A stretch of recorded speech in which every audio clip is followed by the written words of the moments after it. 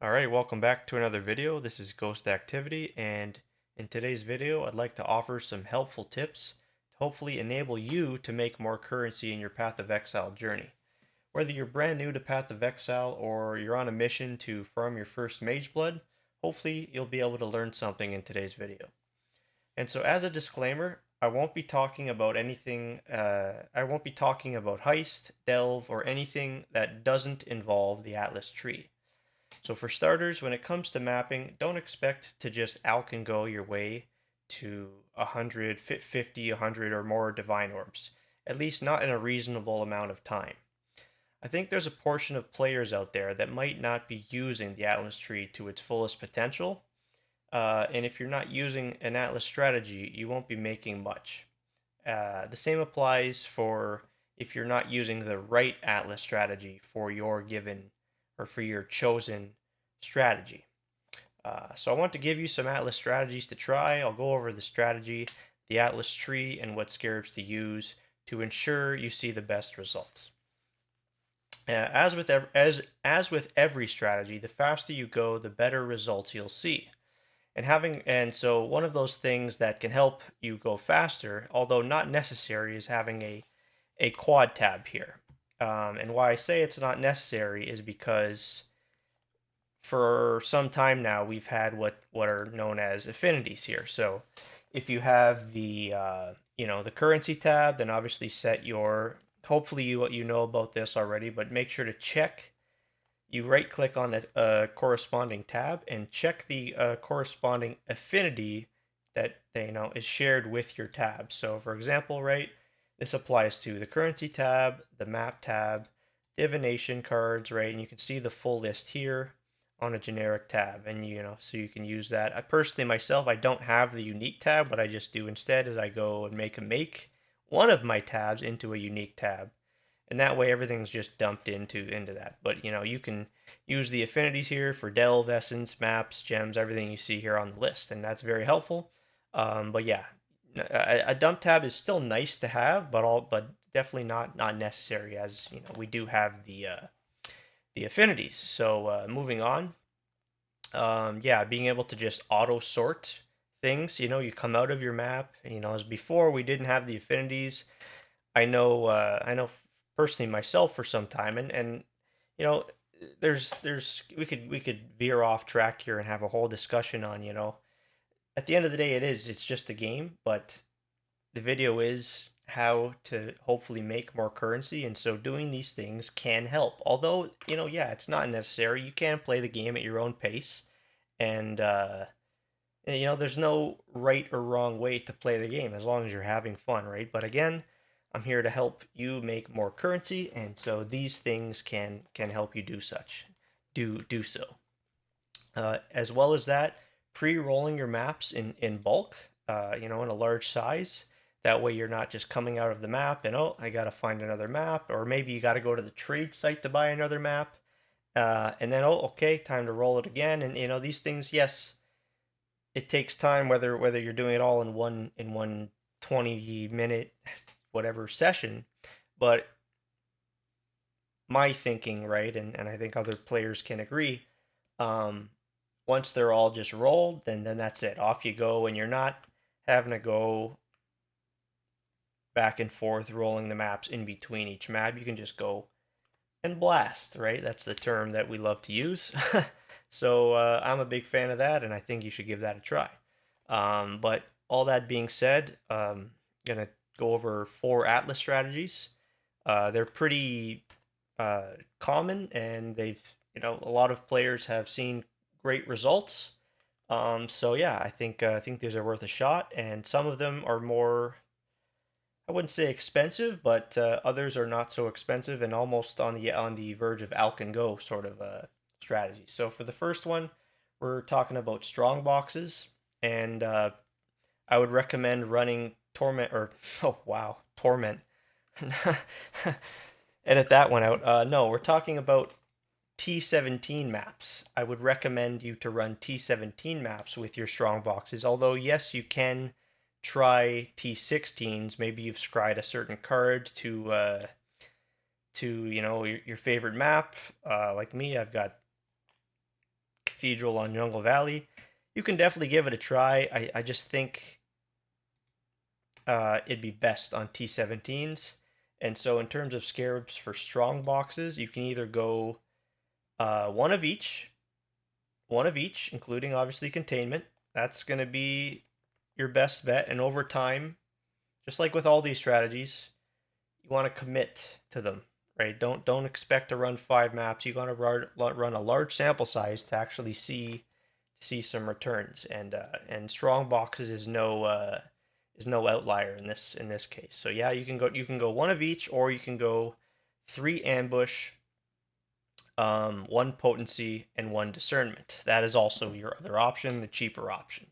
And again, roll your maps. Yeah, you don't have to roll your maps beforehand, but yeah, we already talked about that. But roll your maps for high currency. And so when I say high currency, you might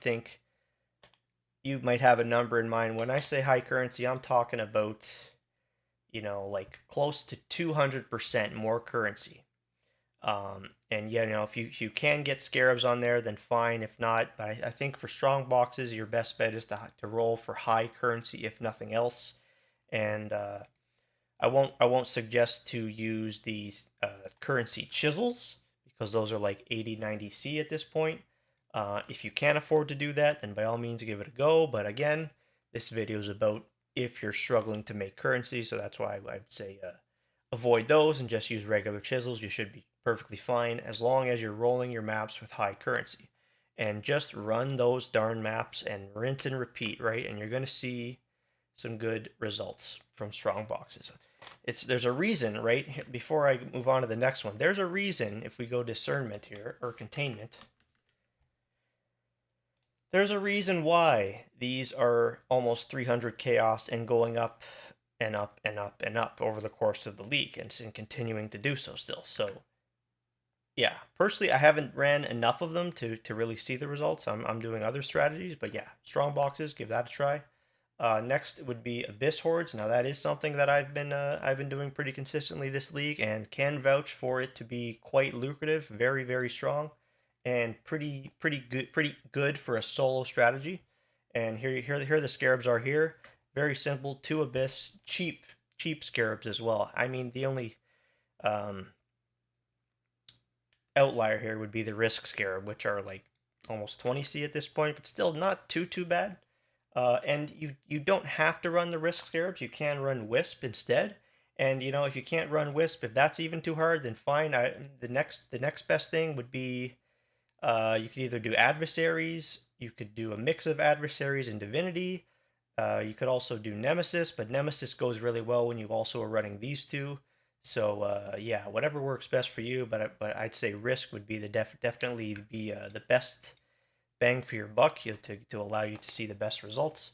And also on that note, if you're familiar with the caster mastery, that really goes a long way in ensuring you do these maps in a timely manner.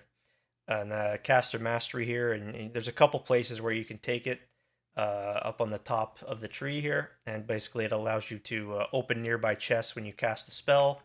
And so I don't cast spells in my build, right? But I've kind of made a little bit of a workaround here, and I'm using, maybe if you're playing a similar build, I'm using Unearth and faster casting. And so as I'm going through the map, I'm just clicking my button there, and it's all the chests open up. So again, yeah, it's going to be a little bit rough if you don't have caster mastery, but still a very strong strategy. And yeah, you're just again, you can do T16.5s, whatever map you'd like, or T17s. Either can work very well, but again, you want to make sure this is a scarab farming strat mostly. And the atlas trees will all be linked in the description, including this one, of course. Um, but yeah, for the most part, you'll be getting a lot of scarabs, containments, um, catalyzing, right? Awakenings, a lot of the good stuff. But yes, you will get raw currency drops, divines, Valdos, etc. So, but yeah, what was I saying? 2 Abyss, 2 Risk, and 1 Edifice Scarab, and that's Abyss. And just again, yeah, T16.5s or T17s, whatever you like. Next strategy we're going over is Expedition, And these last two strategies are going to be more beginner friendly, I would say. If maybe T16.5s or T17s, the entry cost is a bit too much, or if it's a bit too difficult for you still, then you can give these strategies a try. And again, just be consistent with them, and you will see solid results. Expedition here, I haven't done it recently in recent leagues, but in the Expedition League and in leagues afterwards, I did consistently farm Expedition, especially on the start of the league. And you can absolutely farm a Mage Blood and whatever else you'd like from running Expedition, and you just yeah, so the Atlas tree involves right here. It revolves around, that's the Atlas tree. It revolves around extreme archaeology, so you get one explosive and it detonates the whole, expedition area. And so, yes, you do have to avoid certain what are they called? Modifiers on the remnants to avoid bricking the whole expedition. But it's quite simple, and you take an atlas tree, and that'll be linked in the description, as I said, and you take an atlas tree that prefers Danig and Tujin, and it's quite simple and quite fun. If you've never done it before, you're just coming over here and you take your exotic coinage and you're just spamming the trades with Tujin, taking all the bubblegum stuff. Even stuff like glass blowers and scours are still quite valuable at this point in the league. So you're taking all that stuff, and occasionally, up you'll hit divines. I'm pretty sure you can hit mirrors and mirror shards from Tujin. I personally haven't hit one. That's why I say I'm pretty sure. But I want to say I've seen images on Reddit and other people having that experience. So that's Expedition. Very, very basic and very easy to do. Is just, again, you got to be mindful of the remnants to make sure you're not bricking your run and you're not bricking your map. And then, yeah, you're going to occasionally get your what are they, log books, right? You're going to get your log books, and ideally you want to run the Black Scythe log books or the Knights of the Sun log books, and that's going to give you the Danig or Tujin currencies. And again, you just, again, still gambling. And then, yeah, you sell everything you gamble. You sell everything you I guess haggle from Tujin, and you'll yeah, you're gonna make some money. And then that's Expedition. And the last strategy is one of my favorite strategies, to be honest, especially at the start of a league, and that is destructive play. And I've still got the tree here. And all you're doing is just enabling this. This is very important. Make sure to have that clicked on, and make sure to select your destructive play atlas tree. And you're just running, yeah, if you're just starting and you don't, let's say if you don't have any Guardian maps, if you don't have any Conqueror maps, any Synth maps, you're just running T16s, and you can boss rush these, but what I recommend doing is using the scarabs here, one domination scarab of terrors and a bunch of domination scarabs for extra shrines, and you're going to get a lot more atlas bosses.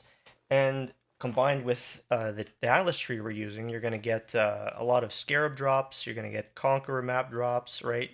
Synth map drops, elder shaper map drops. It's a lot of fun, and I've got some delirium on here as well. And yeah, it's a ton of fun. It's super super chill and very entry level, beginner friendly, easy. The sort of stuff you can expect to loot from destructive play is a lot of the Maven. Obviously, you're going to get Maven writs because you're going to run the invitations after you finish your.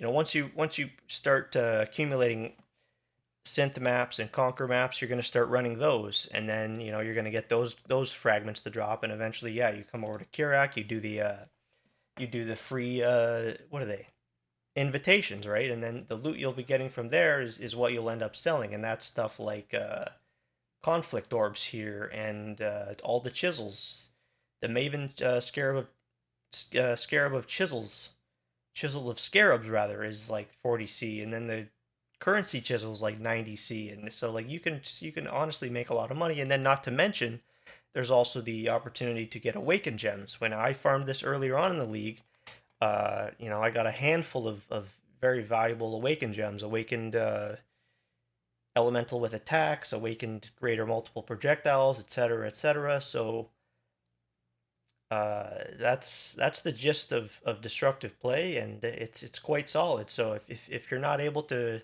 you're not quite able to farm those other strategies that we talked about, start with destructive play and give that a try, and just blast, right? And then obviously, yeah, you can get the fragments, and it's up to you if you want to go ahead and farm those elders and uber elders and shapers and whatever, and farm the maven. That's up to you.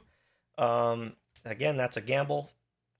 Boss farming isn't I wouldn't recommend it, but you never know. It can be fun. But yeah, that's destructive play, and those are all the strategies I want to discuss in this video. So hopefully this was helpful for you guys, and let me know how it goes, and I'll see you guys on the next one. Make sure